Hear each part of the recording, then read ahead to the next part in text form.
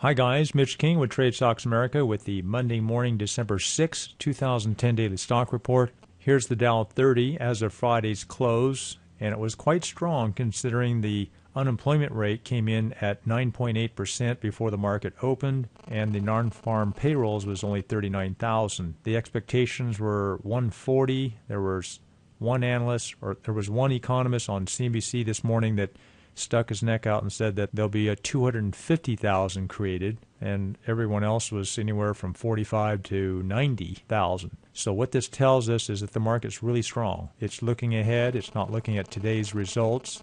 I'm surprised it's this strong that it didn't sell off. Let's take a look at some other indexes. NASDAQ Composite up 0.5%, made a high over the November 7th high just by a little bit. So today's high, which was 25.93 under that messy circle there. So this is a pretty strong sign. S&P 500 almost there of that November 7th high. And let's take a look at the Russell 2000.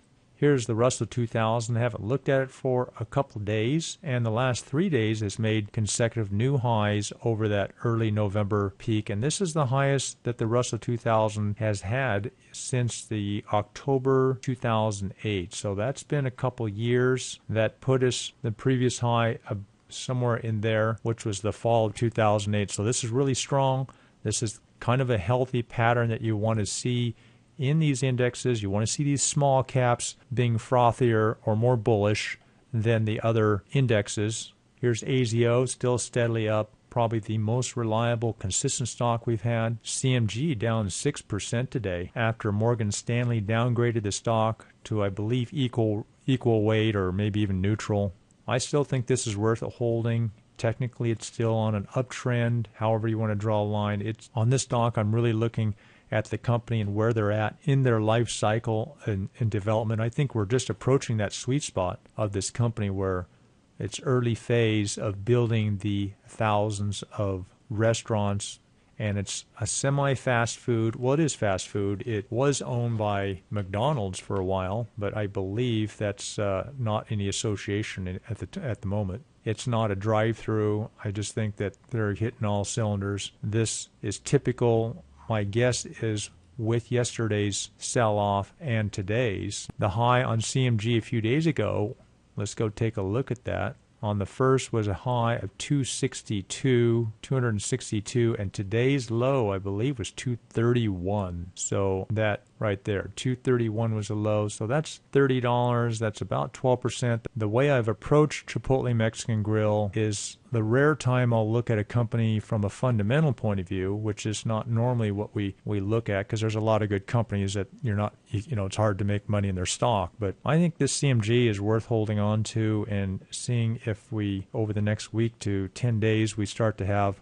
some sort of rebound into some higher highs. Let's take a look at it on a wider scale. The CMG, let's keep on going back. We're back at October 2009, which is over a year, and this stock was, let's go take a look at that, roughly $80. So we've tripled in the last 13 months with this stock. I think this is worth holding for a longer period of time. VIT dropped 3.4% after hitting its all-time high today, and it was higher than yesterday's all-time high, which was higher the day before. So I still think this is really strong stock as well. Here's Netflix doing its kind of high volatility pattern. I think it's still going to step ladder up to a higher high. We may have to wait 3 weeks like we have in the previous two times where it went up higher at a faster rate and sold off, plateaued, or what's called consolidation. And we might have to wait that 2 or 3 weeks before we get to a higher high. Here's Hansen Natural Drink. There's the picture here. Probably just pausing sideways, consolidating. My guess is that we'll step ladder up on this one as well. SanDisk, SNDK, up 2/3% today. This stock does have a pattern and history of doing that. I will say it's not going to go up like this forever. So stay on top of this one and don't make big assumptions that we're going to gain another 10 points. So if you're tempted to buy more, probably not a great idea. Here's Apple, pretty much challenging that resistance level in the previous two tops. You draw this line here. This is kind of what's happening here. Not really exciting. It's just steadily moving up.